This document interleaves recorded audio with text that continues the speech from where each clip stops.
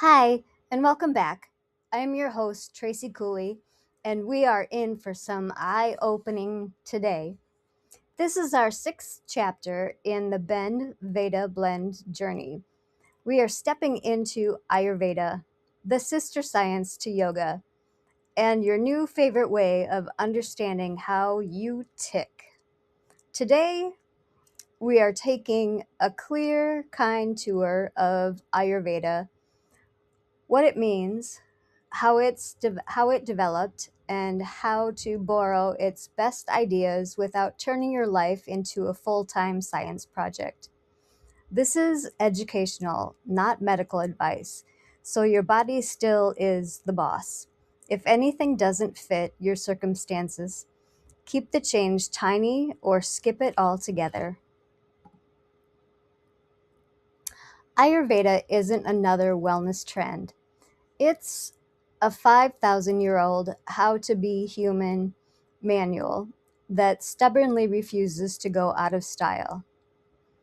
It doesn't slice you into separate parts. It looks at you as a whole ecosystem, mind, body, senses, and soul, and gently asks, how can all of this live in better harmony? Let's start with the name, because she's got a range. Ayurveda comes from two Sanskrit words. Ayur means life or lifespan, and Veda means knowledge or science. Put it together, it translates as knowledge of life or the science of living well. Less mystical slogan, more practical owner's manual for human beings over the long haul. And one of another quote that I like, the greatest thing about Ayurveda is its treatment always yields side benefits, not side effects, kind of like Western medicine does. Where yoga hands you the 8 friendly lenses to live by, Ayurveda hands you your personalized user guide with your name on the cover. It's the opposite of one size fits all. It leans in and says, let's work with your nature, then quietly study how you sleep, eat, think, digest, move, and feel. So it can help you make small, doable shifts back towards balance. So, what it is in plain language, Ayurveda is a traditional health system from the Indian subcontinent that loves patterns more than perfection. It looks at your constitution, your prakriti, your baseline tendencies, and your current state, which is your vikriti, what's happening today, and your context, like the season, climates, your life stage, your stress, your community or your environment, and then uses these tiny everyday choices to gently steer you towards balance again and again. It's pattern literacy. Start small, observe kindly, and keep repeating whatever actually makes you feel more like yourself. In short, a short origin story helps place all of this on a timeline. Over the centuries, Ayurvedic physicians gathered and refined what they knew in detailed handbooks, part textbook and part how-to guide. The Charaka Samhita leans towards internal medicine and sharp clinical reasoning. The Sushruta Samhita is best known for surgeries and its broad medical scope, and the Ashtanga Hridayam distills earlier teachings into concise, clinical-friendly guide. These weren't one and done paperbacks but living documents layered and polished across generations, forming the practical backbone of classical Ayurvedic learning and the roots of all of modern practitioners they still study today. At the heart of Ayurveda are the three doshas, Vata, Pitta, and Kapha, the core functional energies that organize the mind and body. Vata is the airy, quick, mobile energy that loves ideas, change, and movement. It's part of you that's brilliant at starting things and occasionally forgets where it left its keys or its lunch. Pitta is the fiery, focused, get stuff done energy that thrives on purpose, precision, and a good color coded plan.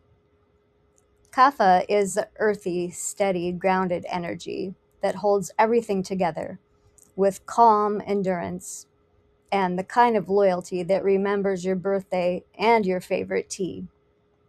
Everyone has all three. The fun and the work is in discovering your unique blend, your prakriti, or your natural constitution, so you can live with your design instead of wrestling with it all day. Ayurveda's everyday logic rests on three big ideas. First, it describes the world through five elements, the Mahabhutas: space, air, fire, water, and earth. Qualities or tendencies, not the literal particles. Second, it tracks three functional patterns called the doshas, which are Vata, Pitta, and Kapha, and treats them as forces that can shift out of balance rather than as a personality test that locks you in forever. Third, it leans on one beautiful workable rule: increase or like increases like, and opposites help balance, which is why cooling qualities soothe excess heat. Heavy needs lightness, and scattered energy craves steadiness. Let's meet the doshas in plain words so that the language feels friendly. Vata is the dosha that governs movement, transportation, and communication, and its gunas, or qualities, are dry, light, cold, rough, subtle, mobile, or, or erratic, and clear. In the body, it shows up in things like nerve impulses and the movement of the breath, and peristalsis, the gentle wave like motion of the gut. When Vata is balanced, you may feel creative, quick to learn, and spacious. But when it runs high or is out of balance, you may feel worried or restless, notice dry skin or cold hands and feet, have a changeable appetite, or feel scattered and unfocused. Vata tends to settle when warmth and rhythm and steady routines are in action. Pitta is the dosha that governs transformation, digestion, and metabolism. Its gunas, or qualities, are hot, sharp or penetrating, light, oily or unctuous, liquid or flowing, spreading or diffusive. In the body, it shows up in things like stomach acid and digestive enzymes, body temperature regulation, and the fire behind clarity and discernment. When Pitta is in balance, you may feel focused, courageous, purposeful, and able to see patterns quickly. When it runs high or is out of balance, you may feel irritable and easily frustrated, notice heartburn or loose stools, run hot, or flush easily, and get overly critical of yourself or others. Pitta tends to settle with cooling foods and environments and a sense of moderation and space for play and rest alongside productivity. Kapha is the dosha that governs structure, stability, and lubrication. Its main qualities, or gunas, are heavy, slow and dull, cool, oily or unctuous, smooth, dense, soft, stable or static, sticky or slimy, and gross. In the body, it shows up in things like joints, joint lubrication, and cushioning, and the structure of tissues, and the calm, grounding side of the nervous system. When kapha is in balance, you may feel steady, patient, compassionate, and resilient, with good stamina and a stable mood. When kapha runs high or is out of balance, you may feel sluggish, unmotivated, notice weight gain or fluid retention, experience congestion or sinus issues, and have a tendency to cling to stuff like routines or even old stories. Kapha tends to settle with warmth, lightness, and movement. Think invigorating exercise, lighter foods, and gently shaking up over overly cozy routines. Here's the simple magic. When your doshas are in balance, you feel more like yourself, clear, steady, and alive in your own skin. When they are out of balance, you feel that too. Anxious, burnt out, heavy, foggy, irritable, funky digestion. Ayurveda doesn't shame the symptoms. It treats them with love notes from your body, asking for a course correction. How does it bring you back to center? Not with giant dramatic overhauls, but with tiny consistent choices. What and when you eat, how you sleep and rest, what kind of movement do you choose, and how do you structure your day so that your nervous system feels safe? The core principles, the core principle is elegantly simple.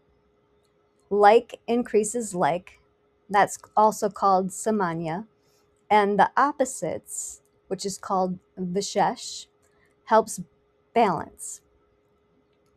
If your day feels buzzy and dry in that vata-ish way, you can choose warmth, moisture, and rhythm to steady yourself. If your day runs hot and sharp in that pitta-ish way, you can choose coolness, softness, and more spacious pacing to bring the heat down. If your day feels heavy and slow in that kapha-ish way, you can choose lightness, warmth, and a little movement to wake up your system. What does this look like in real life? If you can think of terms, if you can think in terms of four practical layers: routine, nourishment, environment, and attention. First, routine, or dinacharya, your daily rhythms, means waking and sleeping in predictable windows, getting morning light, eating meals at sensible intervals, moving your body gently most days, and winding down in the evening. Your biology loves rhythm because hormones, digestion, alertness, and mood sync to it. Second is nourishment. Ahara means eating in a way that matches your body weather today. When you feel scattered and chilly, choose warm, well cooked meals and steady meal times. When you feel hot and pressured, choose cooler foods and gentler spices. When you feel heavy or stuck, choose lighter, warmer meals and avoid overeating. You're not chasing a perfect food list. You're matching qualities to your needs. Third, your environment. This includes seasons, climates, the sensory load. If your day is loud and fast, edit your inputs by reducing tabs, dimming the screen brightness, and silencing non essential notifications. If your day is stuck and dim, add movement, open a window, step into the daylight, wear bright colors that make you wake up. We shape the room, and the room shapes us. The fourth is attention, manas. Simply means choosing a tiny anchor you will use, a 60-second check in before you switch tasks. Name a simple value to practice today, or do a 1 minute reset between meetings can shift your entire afternoon. Ayurveda is behavior designed before behavior design. Had a small hashtag. Small choice, repeated kindly, create durable changes. Think of it as the art of living with nature instead of constantly fighting it. It's it is warm socks when vata is high, cooling practices when pitta is fiery, and energizing routines when kapha is a little too cozy on the couch. In short, yoga helps remind you who you are. Ayurveda helps you live as you remember. If you are wondering how Ayurveda and yoga fit together, here is the short answer. We share the roots and aim at the same outcome: steadier attention and kinder living. Yoga's cue that posture is steady and comfortable pairs beautifully with Ayurveda's practical rule that like increases like and opposites balance. You do not need to pick teams. You can use both as friendly tools and let your body be the judge of what actually helps. Context matters, so we name it. Systems like Ayurveda survived because families, teachers, and local practitioners carried the work through eras of suppression and modernization and then rewove it into contemporary care. When we acknowledge the lineage, we give credit to those communities that kept the flame alive. Let this land so that your brain tags it as useful and repeatable. Name your body weather right now: buzzy, hot, heavy, or neutral. Choose a single opposite that feels kind, warmth, and rhythm for buzzy, cool and soften for hot, light and move for heavy. And then write one sentence for the next hour that you will actually do. After this, I will take a 10-minute warm lunch, or after this email, I will step into the shade and drink cool water. Or after this meeting, I will walk one quick lap around the block. Small and true beats, big and brittle big and brittle every time. Here is the closing thought to carry forward. Ayurveda is not about becoming perfect human. It's about noticing patterns with kindness and making one better. Ayurveda is not about becoming a perfect human. It's about noticing patterns with kindness and making one better fitting move at a time. When you repeat that, When you repeat that, balance stops being a place that you chase and becomes your home base.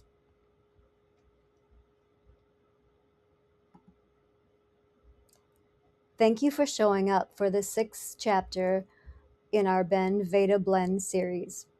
I appreciate and am grateful for your time on a busy day to learn a little bit about Ayurveda and how it can help improve your life and well-being. I look forward to seeing you next week. Much love to you all.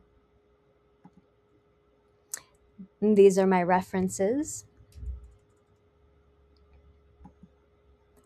Don't forget your free printout reminder card for this week. And if you have any questions, my email address is on the card. And to see more videos or watch them again, my YouTube channel is also listed here. I look forward to seeing you next week.